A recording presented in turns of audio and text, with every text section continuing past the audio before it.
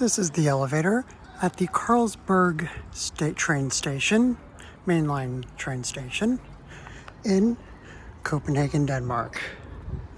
This is a TKE Thyssenkrupp scenic lift elevator. Just like most of the the mainline train station elevators. You're on 2-1 pairing.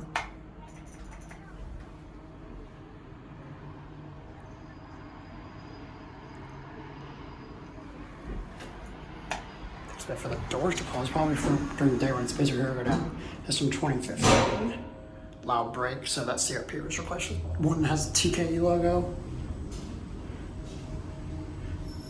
Here, -1. Always pretty quick.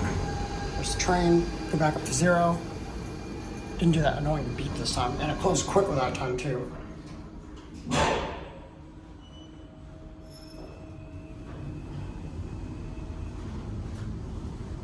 Counterweight. This one's actually tracking. Some of the ones here are roped hydro. I'm back at 0.